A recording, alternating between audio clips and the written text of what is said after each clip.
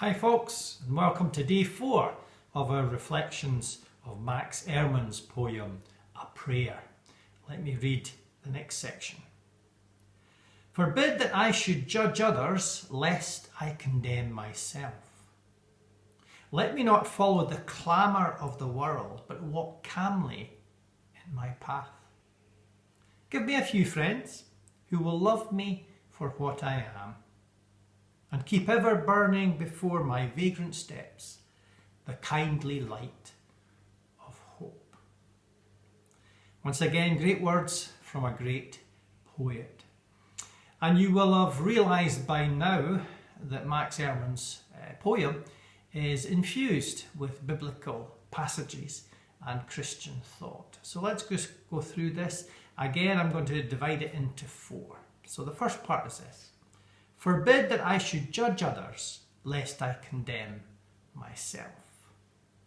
Straight out of the scriptures, really. We can think of Matthew chapter 7, where Jesus is talking about how can you take a speck out of your brother's eye when there's a great log in your own. Or think of John 8 and the woman caught in adultery, and Jesus says to the crowd, let he who is without sin cast the first stone. Again, a small thing, but it's a huge thing. It's catching ourselves when we're about to judge others and reminding ourselves, hang on a minute, do we judge other people far quicker and far more harshly than we ever judge ourselves? And what do other people think of us? Would we want them to grant us some slack on bad days, not knowing what's necessarily going on in our life? Would we want them to be gracious to us? And that's how we should think of other people too. The next thing, let me not follow the clamor of the world, but walk calmly in my path. The clamor of the world. Now, in 1 John chapter 2 verse 15, we're reminded that we should not love the world and all that is in it. And you think, hang on a minute, does it not clash with what Christians believe, that God loves the world? John 3:16, for God so loved the world, he gave his only son. But John means the world in 2 different ways. Sometimes he's referring to the good that's in the world and the world that God loves. In this context, in his letter, he's actually referring to all that's wrong. He talks about the lust of the flesh, the lust of the eyes, the pride of life. In other words, the pursuit of pleasure, power, excess, extravagance, that often can lead to some of the chaos and the mayhem that we see around us. And again, I think we've been challenged a wee bit by that because of this pandemic and being in lockdown. And that's what's in mind. And of course, Max Ehrmann talks about the clamor of the world. It's like a siren voice that draws us to be part of all of that. And all of that is not bad. Some of it is very good indeed. But the Christian vision is very different. And it's the whole idea of walking calmly on the path that God has chosen for us, realizing out there's an awful lot of immorality and indeed idolatry. Even money can be turned into an idol. So it's looking at the clamor of the world, but realizing that you're in the world, you're called not to be of it. We have a different path. We have a different voice calling us on into the future to become different people from all that. Give me a few friends who will love me for what I am. Well, how many friends do we need? Over a lifetime, of course, especially if we're moving around, we can meet lots of people.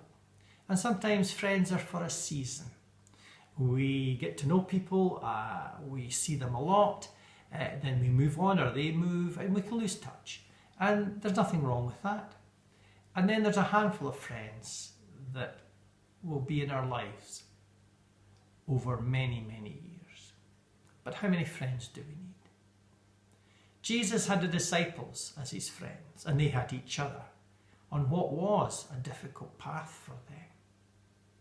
And we too, as we journey through life, will have different circles. We'll have the close circle of friends, and then wider as it goes out. And these friends are the people who, to use the definition of what a friend is, someone who knows everything about us and still loves us. That's an amazing, and it's so true, isn't it? A friend, a real friend, a good friend is someone who knows everything about us and still loves us. That's why we sing the hymn, "What a friend we have in Jesus. He knows everything about us and he still loves us." And finally, "And keep ever burning before my vagrant steps the kindly light of hope." A wee word about vagrant. It has a negative connotation now. It's from the French originally, it just means to wander. But then it came to be associated with someone who didn't have a job, in other words, a waster. So vagrant tends to be, nowadays, a negative term, but in Max Ehrmann's time, it was fine. Maybe we could replace that with pilgrim, our pilgrim steps. So keep ever burning before my pilgrim steps the kindly light of hope.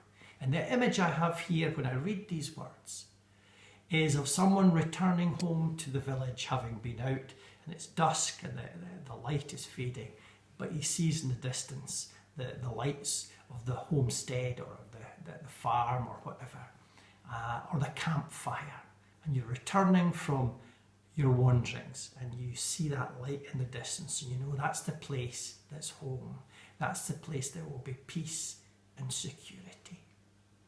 And you'll note so far, as we've been going through these reflections, how many times Max Ehrmann mentions light.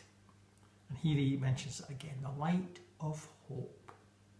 Now, isn't it wonderful to have the Christian hope? Something that we're looking forward to. We have it in part now, but it's calling us on into the future, and the future belongs to God. Therefore, because it belongs to God, it belongs to us too. Great words, great thoughts. I'll leave these with you. Once again, thank you for watching and listening, and I'll see you tomorrow for the final part. God be with you all.